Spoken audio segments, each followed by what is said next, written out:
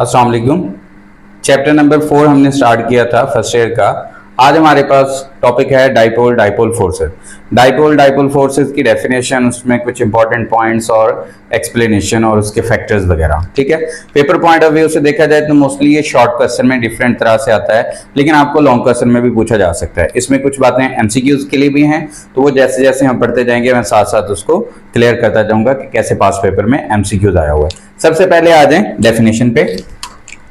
Dipole dipole forces, पहली वही बात कि सबसे पहले आपने वर्ड पे गौर करना है कि वर्ड का क्या मतलब है। डाई का मतलब होता है दो, और पोल का मतलब होता है सिरा या किनारा। डाई मीन टू, दो, और पोल का मतलब क्या होता है एंड, जिसको उर्दू में हम क्या कहते हैं, सिरा या किनारा। तो मतलब दो पोल्स जो हैं वो बने हुए हैं, डाई पोल्स बने हुए हैं, दो पोल्स बने हुए हैं ऑपोजिट चार्ज वाले, उनके दरमियान जो कशिश की फोर्स होगी उन्हें हम क्या कहेंगे, डाइपोल डाइपोल फोर्स। डिफाइन लिखेंगे, the electrostatic force of attraction, the electrostatic force of attraction कशिश की फोर्स है प्रेजेंट मौजूद है बिटवीन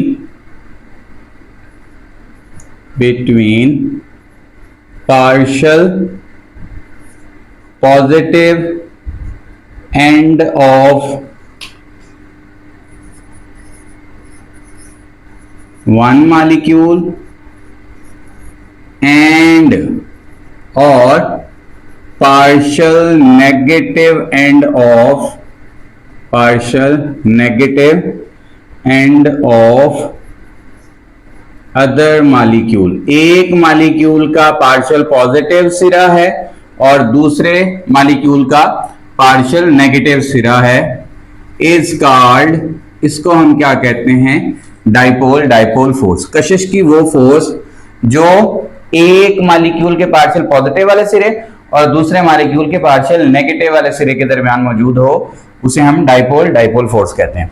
इंपॉर्टेंट पॉइंट्स में देखें, इसमें से अक्सर एमसीक्यूज आता है। पहला इंपॉर्टेंट पॉइंट ये है कि ये जो कशिश की फोर्स है ना,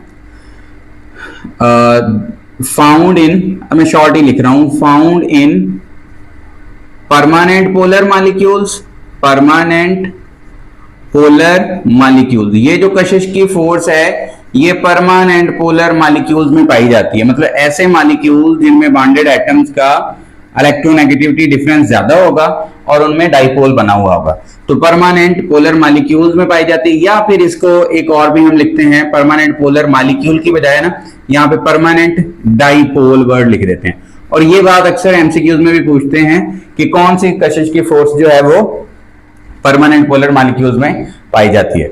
और सेकंड बात जो है इसकी, अगर हम स्ट्रेंथ की बात करें तो ये approximately 1% as effective as covalent bond. ये भी एमसीक्यूज है, as effective as covalent bond. ये कोवलेंट बॉन्ड के नतीजे में 1% तक इफेक्टिव होती है, मतलब जितनी कोवलेंट बॉन्ड को तोड़ने के लिए एनर्जी चाहिए ना, उसका 1% इसको तोड़ने के लिए चाहिए। तो ये बात और ये बात दोनों एमसीक्यू के लिए इंपॉर्टेंट है। वैसे definition as it is short question with example आती है। अब आ जाए इसकी एक्सप्लेनेशन की, अगर हम बात करें, सबसे पहले ना यहां पे हम स्ट्रक्चर ड्रॉ कर लेते हैं लाइक HCl का। सपोज ये मेरे पास HCl का एक मॉलिक्यूल है, ये सेकंड आ गया, ठीक है, और चलें दो मॉलिक्यूल ही बहुत हैं। अब आपको पता है क्लोरीन की इलेक्ट्रोनेगेटिविटी ज्यादा है, तो क्लोरीन क्या करता है, साथ लगे हुए जो हाइड्रोजन के साथ ये जो बॉन्ड बना हुआ है कोवलेंट, इसके इलेक्ट्रॉन अपनी तरफ खींच लेता है। क्लोरीन अपना इलेक्ट्रॉन तो अपनी तरफ खींचता ही है, लेकिन साथ लगे हुए हाइड्रोजन का इलेक्ट्रॉन भी अपनी तरफ खींच लेता है। इस वजह से क्लोरीन पे पार्शियल नेगेटिव चार्ज आ जाता है। पार्शियल नेगेटिव मीन जुज़वी उर्दू में हम कहते हैं, इनकम्प्लीट कह सकते हैं आप। और इस क्लोरीन के ऊपर भी पार्शियल नेगेटिव चार्ज। अब हाइड्रोजन का इलेक्ट्रॉन उसने खींचा है, तो इस वजह से हाइड्रोजन पे पार्शियल पॉजिटिव चार्ज आ जाएगा। अब ये एक मॉलिक्यूल, ये दूसरा मॉलिक्यूल, ये एक पोल बन गया, ये दूसरा पोल बन गया। अब इनके दरमियान जो कशिश की फोर्स होगी, ये आमने सामने मॉलिक्यूल्स आए हैं, इनके दरमियान जो कशिश की फोर्स होगी, ये डॉटेड लाइन में मैं ड्रॉ कर रहा हूं, इसे हम क्या कहेंगे, डाइपोल डाइपोल फोर्सेस। मैं डाइपोल डाइपोल को ना शॉर्ट डीपी डीपी लिख रहा हूं, डाइपोल डाइपोल फोर्सेस। ये जो कशिश की फोर्स है ये एक सिरे पे पार्शियल पॉजिटिव है और दूसरे पे पार्शियल नेगेटिव, तो ये कशिश की फोर्स क्या कहलाती है? Dipole dipole force. अब इसी को ही अगर हम इसकी थ्योरी लिखें तो कैसे लिखेंगे हम इसकी theory? Consider a molecule of HCl hydrogen chloride in which, जिसमें chlorine being more electronegative, chlorine Cl मैंने लिख दिया है, आप पूरा स्पेलिंग लिखेंगे, chlorine being more electronegative, chlorine ज्यादा इलेक्ट्रोनेगेटिव होने की वजह से, being more electronegative, attracts the electron, attracts the bond pair of electron, bond pair of electron को क्या करता है? टुवर्ड इटसेल्फ, अपनी तरफ खींच लेता है। एज अ रिजल्ट, नतीजे के तौर पे, as a result partial negative charge is developed on chlorine and partial positive charge, और पार्शियल पॉजिटिव चार्ज आ जाएगा, पॉजिटिव चार्ज ऑन हाइड्रोजन, तो हाइड्रोजन पे पार्शियल पॉजिटिव चार्ज आ जाएगा। ठीक है, अब क्या हुआ? अब दो मॉलिक्यूल आमने सामने करीब आ गए, तो इन्होंने आपस में क्या करना शुरू कर दिया? अट्रैक्ट करना शुरू कर दिया एक दूसरे को। ठीक है, charge on hydrogen.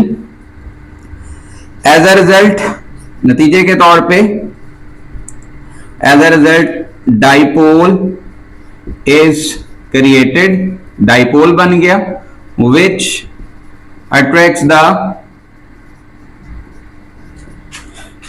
Neighbour molecule, जो करीब वाले उसके मॉलिक्यूल्स हैं, नेबर मॉलिक्यूल्स हैं, उनको खींचता है। नेबर मॉलिक्यूल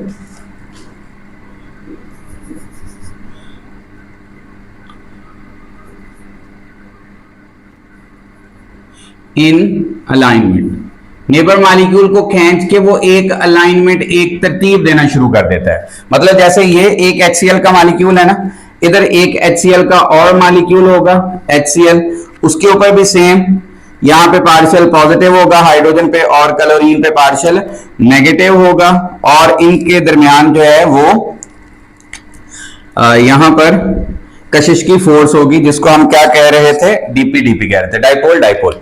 लेकिन अब इस तरह मॉलिक्यूल्स बहुत सारे अरेंज में लगने शुरू हो जाएंगे, लेकिन क्या होता है कि थर्मल एनर्जी की वजह से ये अरेंजमेंट नहीं टिक पाते। ठीक हो गया?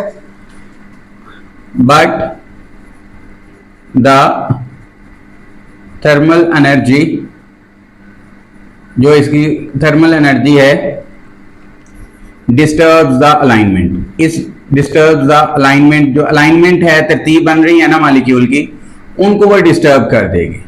ठीक है, तो मतलब मॉलिक्यूल ऐसे जैसे हम बना रहे थे ना सीक्वेंस में सारे खड़े हुए, ऐसे तो नहीं बने हुए होंगे, हाँ, लेकिन दो चार मॉलिक्यूल्स के तरह हर जगह पे कशिश की फोर्स आ रही होगी। एक मॉलिक्यूल ने दूसरे को अट्रैक्ट किया, इतनी देर में वो यहां से मूव करके कहीं और चला जाएगा, उसकी जगह पे कोई और मॉलिक्यूल आ जाएगा। तो इस तरह ये मूव करते रहेंगे, घूमते रहेंगे, और इनके दरमियान कशिश की फोर्स जो है वो मौजूद रहेगी। तो ये पहली एग्जांपल है हमारे पास HCl की, कि इसमें कौन सी कशिश की फोर्स है? Dipole dipole. सेकंड एग्जांपल है हमारे पास क्लोरोफॉर्म। क्लोरोफॉर्म भी, इसमें भी डाइपोल डाइपोल फोर्स होती है। क्लोरोफॉर्म, इसका CHCl3 इसका फार्मूला है, ये बेहोश करने के लिए एनेस्थीसिया के तौर पे इस्तेमाल होता है। अब क्लोरोफॉर्म में देखें तो यहां पे एक कार्बन है और इसके साथ एक हाइड्रोजन जुड़ा हुआ है और 3 क्लोरीन जुड़े हुए हैं। ये क्लोरोफॉर्म का एक मॉलिक्यूल हो गया।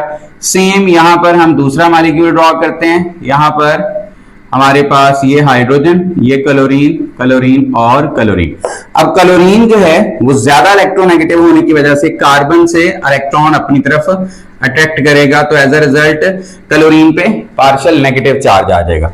इधर भी क्लोरीन है, तो क्लोरीन ने क्या किया? इलेक्ट्रॉन खींच लिए कार्बन के, तो इस वजह से क्लोरीन पे पार्शियल नेगेटिव चार्ज। लेकिन जो कार्बन है उसके ऊपर क्या आ जाएगा? Partial positive charge. लेकिन यहां पे बहुत ज्यादा पार्शियल पॉजिटिव चार्ज होगा, क्योंकि 3 क्लोरीन जुड़े हुए हैं ना कार्बन के साथ, तो आप समझ लें 3 टाइम पार्शियल पॉजिटिव आ गया। अब कार्बन के पास सिर्फ एक चॉइस बचती है, सामने हाइड्रोजन है, तो ये हाइड्रोजन के इलेक्ट्रॉन अपनी तरफ खींचना शुरू कर देते हैं। अब बच्चे यहाँ पे क्वेश्चन करते हैं कि सर ये पॉजिटिव पॉजिटिव सामने आ रहा है तो रिपेल नहीं करेगा? ये रिपेल नहीं करेगा। वजह क्या है? क्योंकि इस क्लोरीन के पास 3 टाइम पार्शियल पॉजिटिव है, तो इसके इलेक्ट्रॉन क्लोरीन ने खींचे हुए थे, तो इसके पास चॉइस बची सिर्फ सामने हाइड्रोजन की, तो इस वजह से ये हाइड्रोजन के इलेक्ट्रॉन अपनी तरफ खींच रहा है, तो यहां पे पॉजिटिव पॉजिटिव को रिपेल नहीं करेगा। सेम यहां पर है, कार्बन के ऊपर पार्शियल पॉजिटिव और हाइड्रोजन के ऊपर भी पार्शियल पॉजिटिव। अब ये सामने आ गए हैं एक दूसरे के, तो यहां पे हमारे पास ये कशिश की फोर्स है जिसको हम डाइपोल डाइपोल कहते हैं, डाइपोल डाइपोल। तो ये हमारे पास सेकंड एग्जांपल है जहां पे यहाँ पे डाइपोल डाइपोल कशिश की फोर्सेस आ रही हैं। नेक्स्ट हमारे पास इसके हैं फैक्टर्स। फैक्टर्स कौन कौन से हैं? फैक्टर्स 2 हैं हमारे पास, फैक्टर्स जिनकी वजह से डाइपोल डाइपोल फोर्सेस कम या ज्यादा हो सकती हैं। यहां पे मैं उसको लिख देता हूं और उसका आपको डायरेक्ट रिलेशन भी बता देता हूं जिससे आपको याद रखना आसान हो जाएगा। फैक्टर में dipole dipole forces directly proportional होती है इलेक्ट्रोनेगेटिविटी के डिफरेंस के, और इनवर्सली प्रोपोर्शनल होती है distance between the molecule, distance between the molecules, molecules के दरमियान फासले के इनवर्सली प्रोपोर्शनल। अगर आपको ये बात याद रह जाएगी जो मैंने फार्मूला बना के लिखा है, तो आगे आपको एक्सप्लेन करना आसान हो जाएगा। तो इसका मतलब पहला जो हमारे पास फैक्टर है वो है electronegativity difference of bonded atoms, electronegativity difference, electronegativity difference, electron की एटम्स की इलेक्ट्रोनेगेटिविटी का डिफरेंस बिटवीन बॉन्डेड एटम, जो आपस में एटम जुड़े हुए हैं ना उनके इलेक्ट्रोनेगेटिविटी का फर्क।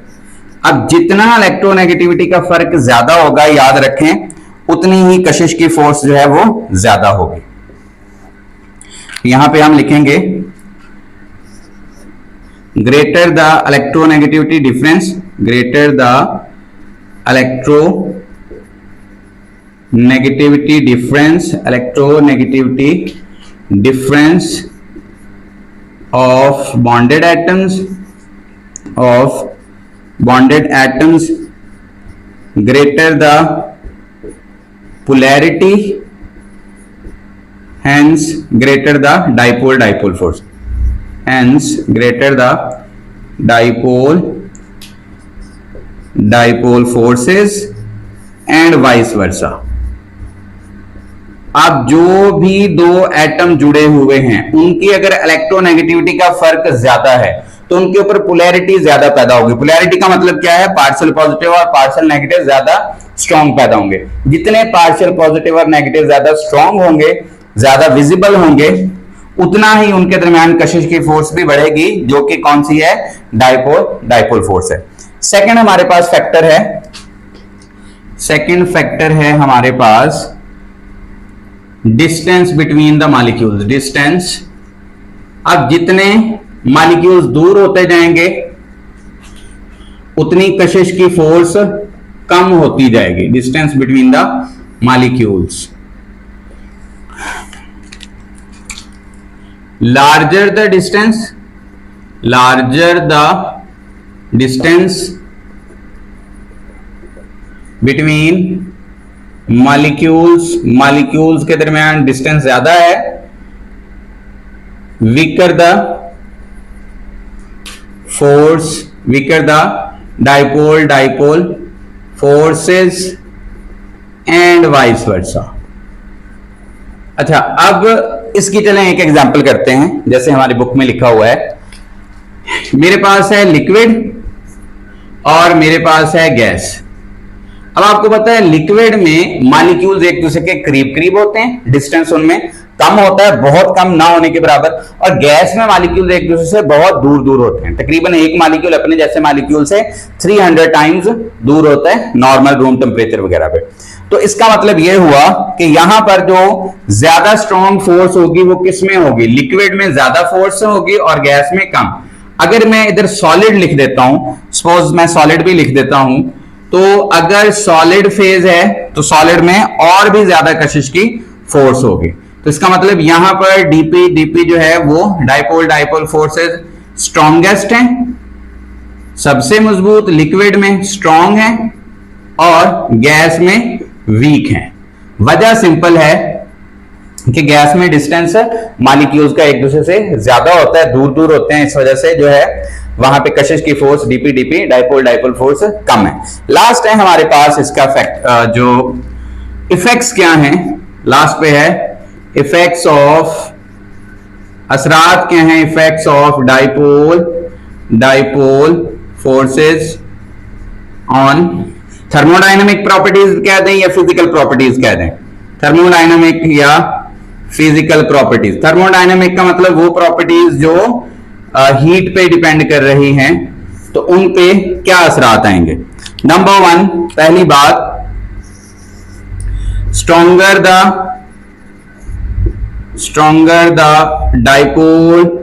डाइपोल फोर्सेस, जितनी डाइपोल फोर्सेस ज्यादा होंगी, higher the values of thermodynamic properties. जो थर्मोडायनामिक प्रॉपर्टीज हैं उनकी वैल्यू ज्यादा हो जाएंगी। थर्मोडायनामिक प्रॉपर्टीज कौन कौन सी हैं? Like melting point, boiling point, और उसके बाद heat of evaporation, heat of vaporization और heat of sublimation. Heat of vaporization vapours बनाने के लिए और heat of sublimation. Heat of sublimation क्या होता है कि किसी सॉलिड को डायरेक्ट गैस फेज में कन्वर्ट करने के लिए जो हीट चाहिए उसे हम क्या कहते हैं? Heat of sublimation. अच्छा, आप पेपर में कैसे क्वेश्चन आता है? नंबर 1 डेफिनेशन और विद एग्जांपल। तो डेफिनेशन करके आप HCl और क्लोरोफॉर्म वाली एग्जांपल लिख सकते हैं। उसके बाद ये वाली 2 बातें एमसीक्यूज में, डाइपोल फोर्सेस के फैक्टर्स अलग से शॉर्ट आता है। डाइपोल फोर्सेस का फिजिकल प्रॉपर्टीज के ऊपर या थर्मोडायनेमिक प्रॉपर्टीज के ऊपर क्या इफेक्ट होता है, या जो थर्मोडायनेमिक प्रॉपर्टीज हैं वो उसके डाइपोल के साथ कैसे रिलेट करती हैं, ये क्वेश्चन भी पास पेपर में आया हुआ है। ओके स्टूडेंट्स, तो आपने इसको अच्छे से याद करना है। अल्लाह हाफिज।